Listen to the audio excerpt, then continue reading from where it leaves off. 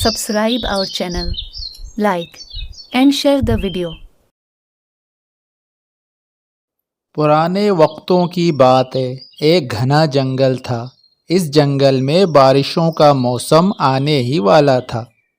तमाम परिंदे बहुत परेशान थे क्योंकि उन सब ने अभी तक अपना पक्का घर नहीं बनाया था।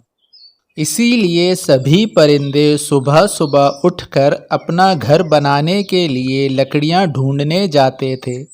चलो भाई, अब मुझे लकड़ियाँ ढूंढने के लिए निकल जाना चाहिए। बारिश का मौसम करीब है, वरना सभी परिंदे मजबूत लकड़ियाँ ढूंढकर सारी लकड़ियाँ ख़त्म कर देंगे। चलो भाई, अब मैंने बहुत आराम कर लिया। बारिश का वक्त करीब आ गया है। अब मैं लकड़ियाँ ढूंढ लेता हूँ, वरना सारे परिंदे मजबूत लकड़ियाँ ख़त्म कर देंगे।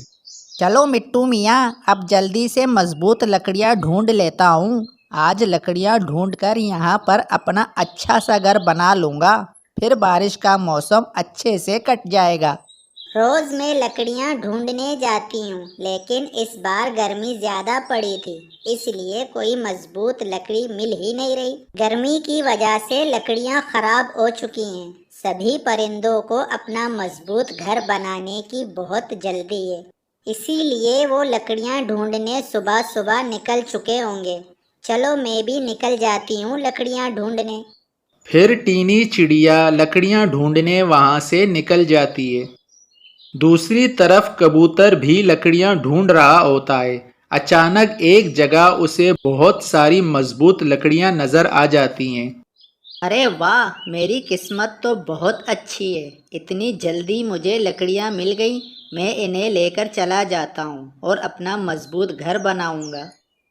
कबूतर इन लकड़ियों से अपना घर बना लेता है और उसमें आराम से रहने लगता है। इसी तरह मिट्टू मियाँ भी एक दिन लकड़ियाँ ढूंढने के लिए उड़ रहा था। तभी उसे एक जगह कुछ लकड़ियाँ दिख जाती हैं। शुक्र है, आखिर मुझे भी लकड़ियाँ मिल गई। अब इन लकड़ियों को ले जाकर मैं भी अपना घर बना लूँगा। फिर मिट्टू मियाँ उन लकड़ियों को अपने घोंसले में ले जाता है और एक मजबूत घर बना लेता है और उसमें रहने लगता है। इसी तरह एक दिन टीनी चिड़िया और कालू कौवा दोनों अपना अपना घर बनाने के लिए लकड़ियां ढूंढ रहे होते हैं। बहुत देर हो गई है, लकड़ियाँ तो मिल ही नहीं रही। बारिश तो किसी भी वक्त हो सकती है, मैं क्या करूँगी। तभी टीनी चिड़िया को अचानक एक जगह काफी सारी लकड़ियां दिख जाती हैं। अरे वाह, चलो मुझे भी लकड़ियाँ मिल गई हैं। अब इन लकड़ियों को उठाकर मैं अपना घर बना लेती हूँ। इतना कहकर टीनी चिड़िया उन लकड़ियों के पास आकर बैठ जाती है। दूसरी तरफ कालू कौवा भी काफी देर से लकड़ियां ढूंढ रहा था, लेकिन उसे लकड़ियां नहीं मिल रही थी। अरे अब मैं क्या करूं? इतनी मेहनत तो मैंने अपनी सारी जिंदगी में कभी नहीं करी है, जितनी मेहनत मुझे आज करनी पड़ रही है। अगर बारिश ना होती तो मैं ये कभी ना करता। तभी कालू कौवे की नजर टीनी चिड़िया पर पड़ती है। अरे टीनी चिड़िया को भी लकड़ियां मिल गई हैं। हर किसी को लकड़ियां मिल रही हैं, मगर मैं तो कितने दिन से मेहनत कर रहा हूँ, मुझे लकड़ियां मिल ही नहीं रही। अगर ऐसा ही चलता रहा तो मैं तो बारिश में भीगता रहूँगा, मेरा घर ही नहीं बना होगा। अब मुझे अपना चालाक दिमाग इस्तेमाल करना होगा। फिर कालू कौवा एक शैतानी मंसूबा बनाता है। अरे हाँ, एक काम करता हूँ, टीनी चिड़िया से जाकर ये लकड़ियाँ छीन लेता हूँ। अगर ये ज्यादा कुछ कहेगी तो एक आध चोंच भी मार दूंगा इसको। फिर कालू कौवा टीनी चिड़िया के पास आकर बैठ जाता है। अरे टीनी चिड़िया, तुम ये क्या कर रही हो? ये लकड़ियाँ मैंने ढूंढकर अभी यहाँ रखी थी और तुम ये लकड़ियाँ ले जा रही हो। तुम्हें पता है कि चोरी करना कितनी बुरी बात है, और फिर भी तुम ये लकड़ियाँ ले जा रही हो। कालू भैया, तुम झूठ क्यों बोल रहे हो? ये लकड़ियाँ तो अभी अभी मुझे मिली हैं। मुझे पता है तुम बहुत चालाक हो, तुम्हें लकड़ियाँ नहीं मिल रही होंगी, तो तुम मुझे बेवकूफ़ बनाकर ये लकड़ियाँ ले जाना चाहते हो। चलो टीनी चिड़िया, अब तुम्हें पता लग ही गया है, तो लाओ अब ये लकड़ियाँ मुझे दे दो। नहीं नहीं कालू भैया, मैं ये लकड़ियाँ तुम्हें नहीं दूंगी। टीनी चिड़िया, अगर तुम मुझे लकड़ियाँ नहीं दोगी तो मुझे ज़बरदस्ती करना आता है, इसलिए मैं तुम्हें प्यार से समझा रहा हूँ कि ये लकड़ियाँ मुझे दे दो। टीनी चिड़िया वो लकड़ियां कालू कौवे को दे देती है और मायूस होकर वहां से चली जाती है। अब सभी परिंदों ने अपना अपना घर मजबूत बना लिया था, लेकिन टीनी चिड़िया को लकड़ियां मिल ही नहीं रही थी, इसीलिए इसका घर अब तक नहीं बन सका। फिर एक दिन जोरदार बारिश शुरू हो जाती है। सभी परिंदे आराम से अपने अपने घरों में रह रहे होते हैं। टीनी चिड़िया का घर अब तक नहीं बना था, इसलिए वो अपने दोनों बच्चों के साथ बारिश में भीग रही थी।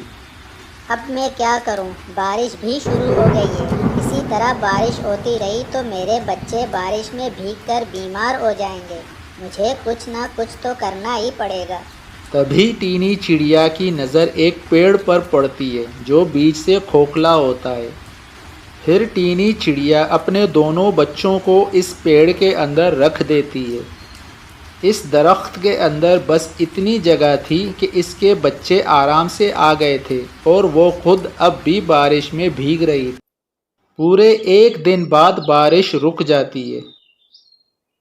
टीनी चिड़िया बारिश में भीगने की वजह से बहुत ज़्यादा बीमार हो जाती है, इसीलिए वो उड़ती हुई उल्लू हकीम जी के पास जाती है।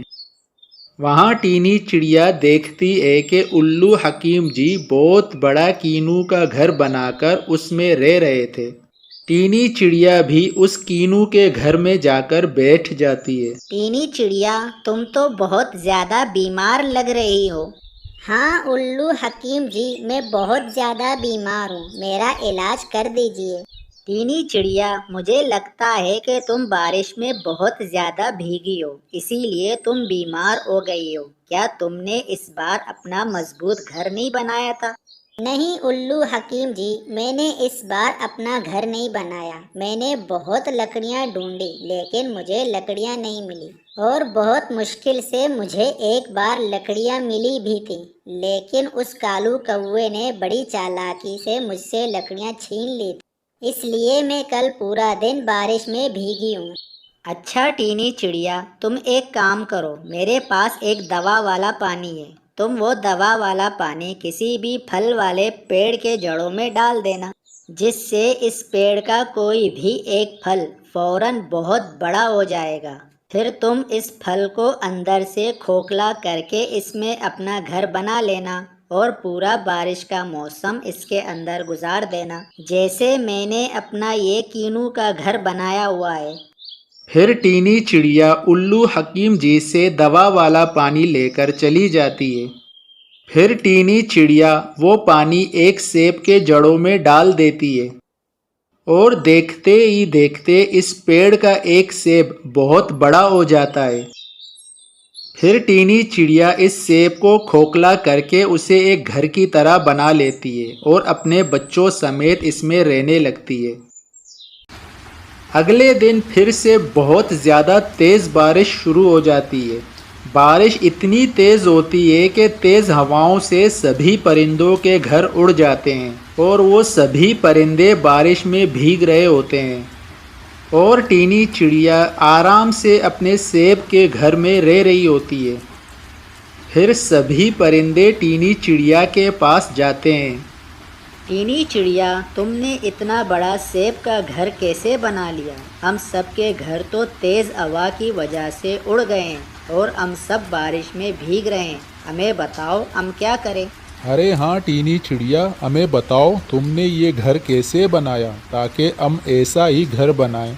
मैंने तो कुछ भी नहीं किया, ये सारा तो उल्लू हकीम जी का कमाल है। उल्लू हकीम जी ने मुझे एक पानी दिया था, वो पानी मैंने इस सेब के पेड़ की जड़ों में डाल दिया था, तभी इस पेड़ में से ये बड़ा सा सेब उग आया था। फिर मैंने इस सेब को अपने घर की तरह बना लिया। तुम सब उल्लू हकीम जी के पास जाओ और वो पानी ले लो और अपना अपना घर बना लो। फिर वो सब उल्लू हकीम जी के पास आ जाते हैं।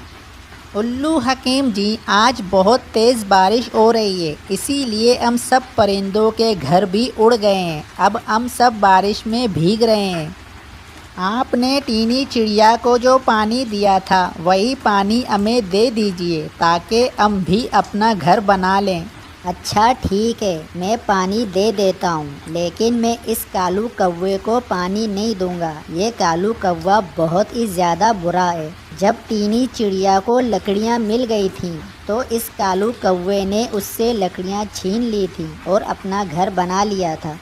तभी टीनी चिड़िया पूरे एक दिन बारिश में भीगी थी। ये भी बारिश में भीगेगा तभी इसे पता लगेगा। तुम ये पानी ले जाओ। वो परिंदे पानी लेकर चले जाते हैं। सभी परिंदे अपने अपने फलों वाले घरों में रह रहे होते हैं और कालू कौवा एक दरख्त पर बैठा भीग रहा होता है। तभी कालू कौवे को समझ आता है कि बुरे काम का बुरा अंजाम होता है।